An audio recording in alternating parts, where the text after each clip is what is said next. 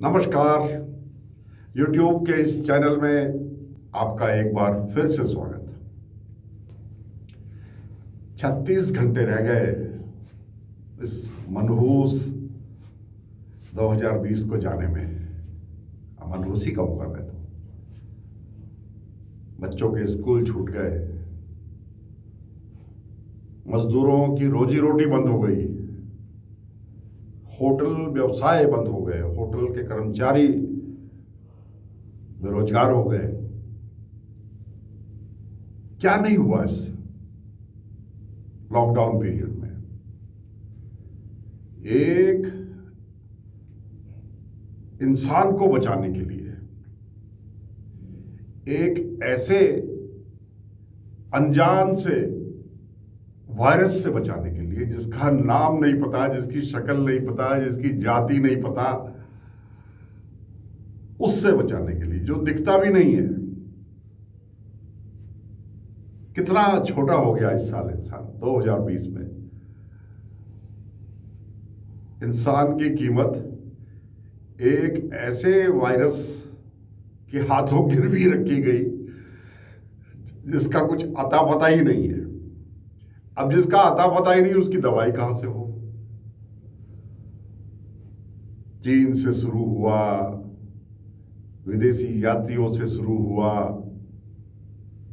कि जमातियों से शुरू हुआ, कि बारातियों से शुरू हुआ, कि घरातियों से शुरू हुआ, कुछ पता नहीं। ये कोरोना ऐसे ही बन गया जैसे कुछ नेत्रहीनों के सामने एक हाथी, जिसके हाथी का जो हिस्सा आया उसने कहा अरे ये तो पंखे जैसा है, कान हाथ में आ गया, टांगे हाथ में आ गई, ये खंबे जैसा है ना। तो वही कोरोना पर तरह तरह की अटकलें।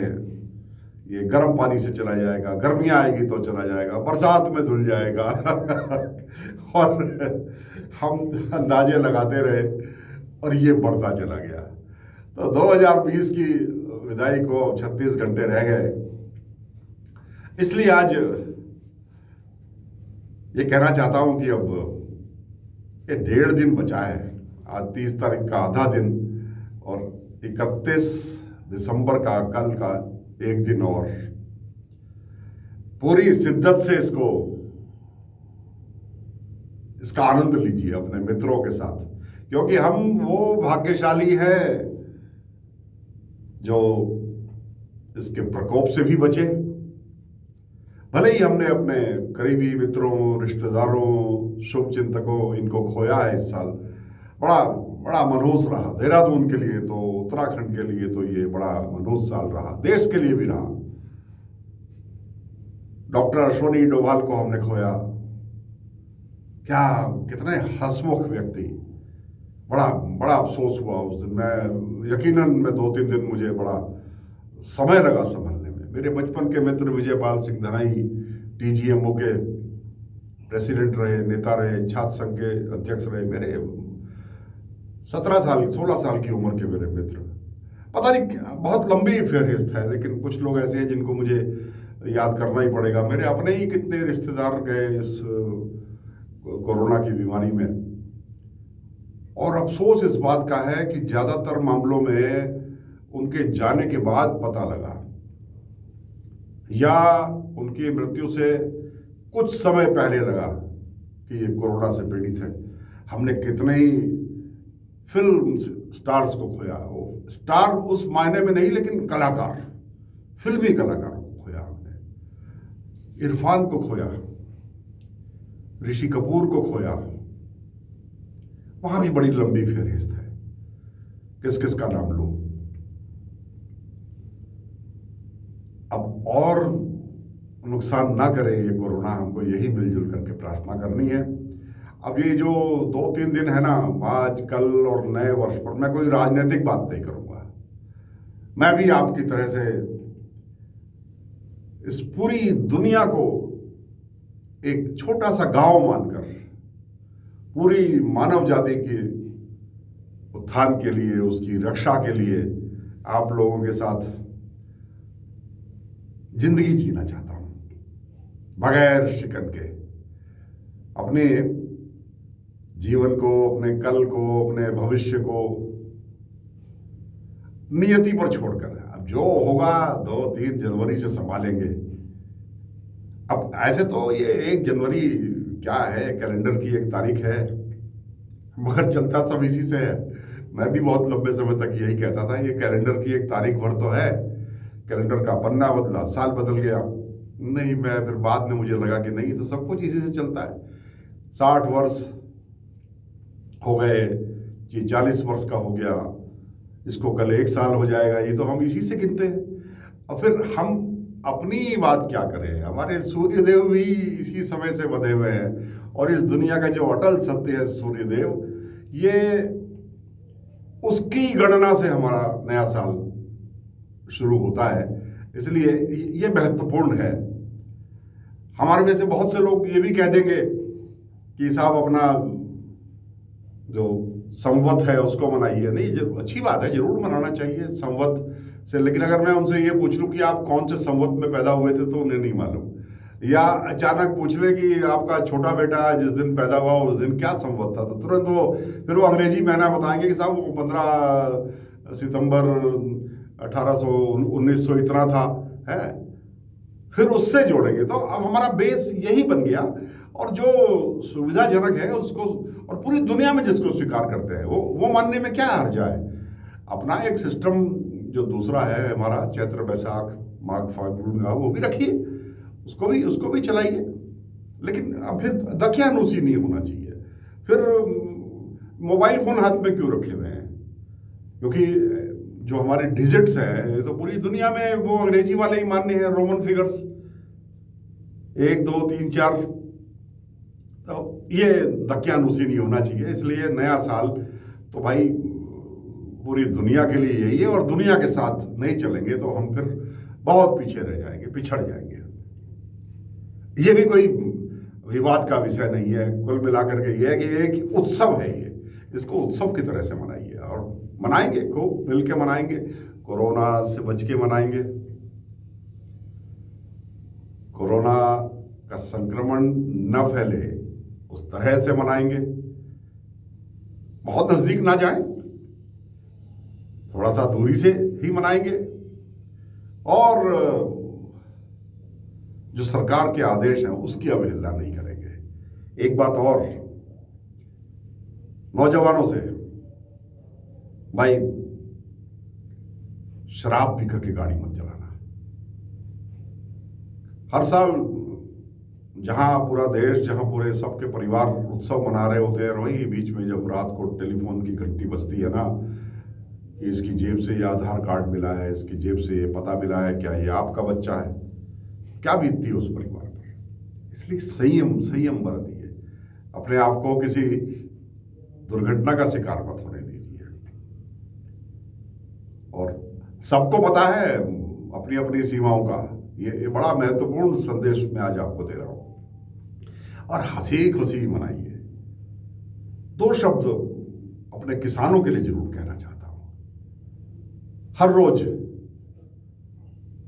वहां दिल्ली के चारों तरफ के बॉर्डर पर, और सबसे ज्यादा बड़ा जमावड़ा सिंधु बॉर्डर जो है, जो राजस्थान की तरफ से आता है, हरियाणा की तरफ से आता है, वहां है, बहुत बड़ा बॉर्डर उधर है।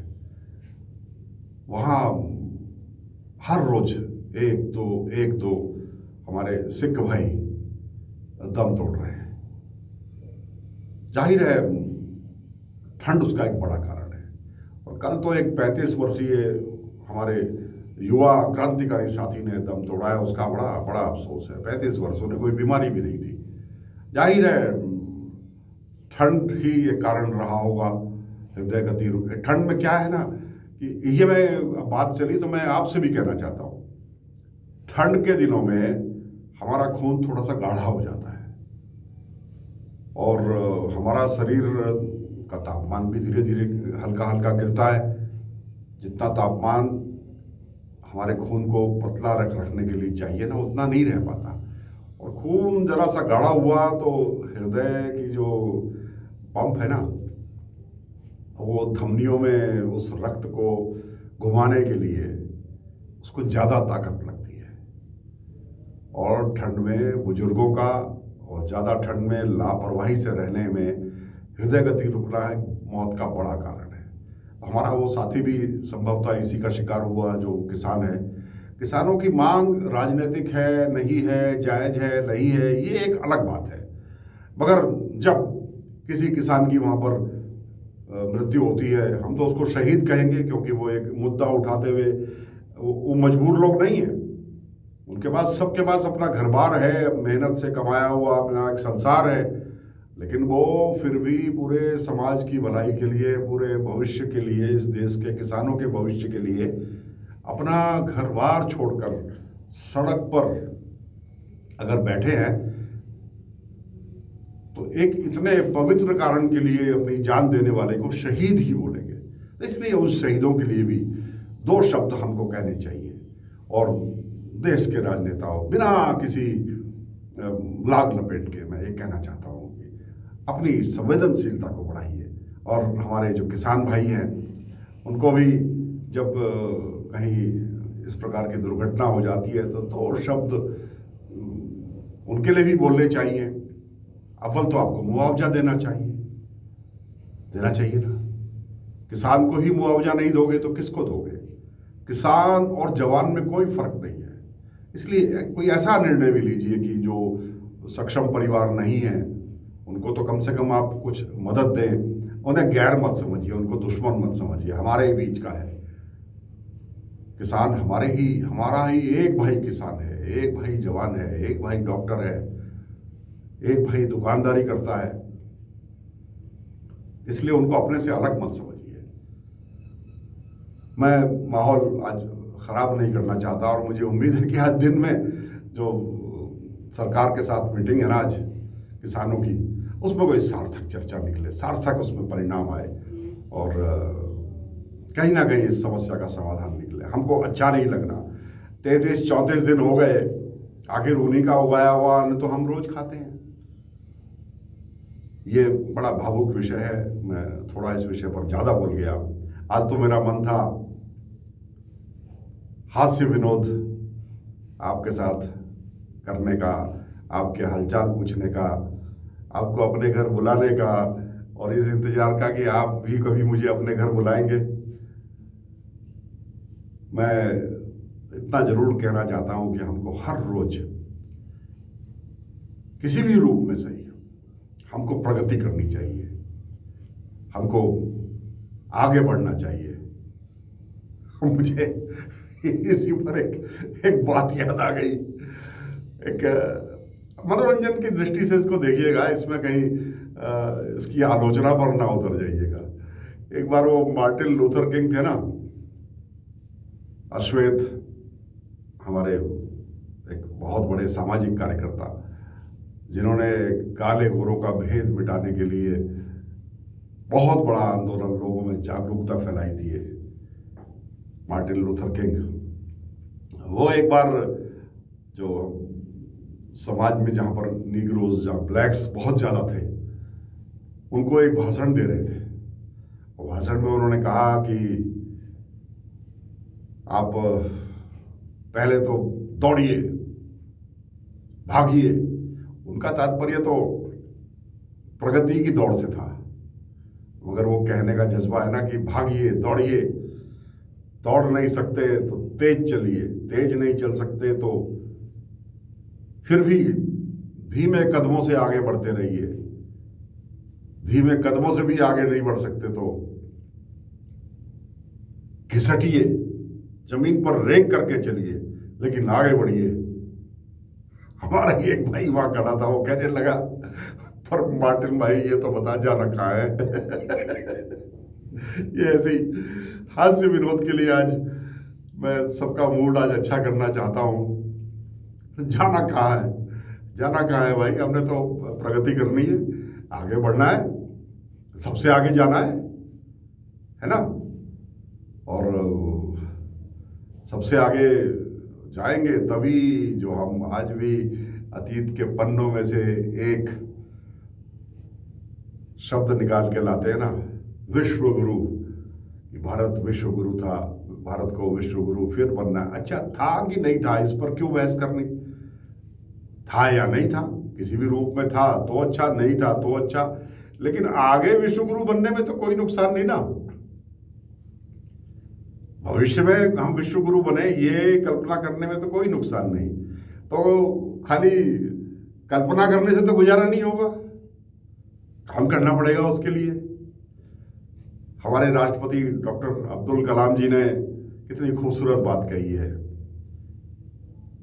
कि सपने वो नहीं होते जो आप नींद में देखते हैं, सपने वो होते हैं जो आपको सोने नहीं देते, जिनसे आपकी नींद उड़ जाती है।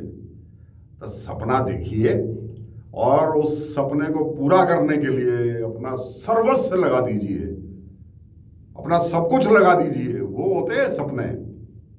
तो विश्वगुरु बनना है तो भाई मार्टिन लूथर किंग ने तो तभी कह दिया था कि आगे बढ़िए, हर क्षण आगे बढ़ते रहिए, कहा था ना।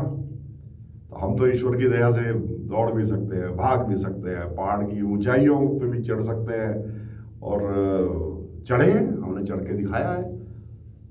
हमारा समाज बहुत आगे बढ़ा और आगे बढ़ेगा। आज बस इतना ही। 2020 की जो हमारी कड़वी यादें हैं, ये भी समाज का हिस्सा है। अब हमारे जो बच्चे आज घर में बैठे बैठे आदी हो गए ना, अब घर बैठने के, जिस दिन उनको स्कूल मिलेगा उनकी खुशी देखने लायक होगी। अपने मित्रों से, अपने सहपाठियों से, अपने टीचर्स से, अपने स्कूल के कमरों को, उनकी बेंचेस को देखने में जो एक आनंद उनको आएगा, जैसे बिछड़े हुए, कब के बिछड़े हुए मिले। मैं तो आज भी ज्वारापुर इंटर कॉलेज हरिद्वार का पढ़ा हुआ हूँ, आज भी वहाँ जाता हूँ तो मेरी कोशिश होती है कि मैं उस स्कूल कैंपस में एक चक्कर लगा लूँ, बड़ा आनंद आता है। अपनी क्लास देखने जाता हूँ मैं कि मैं कौन सी क्लास में बैठता था।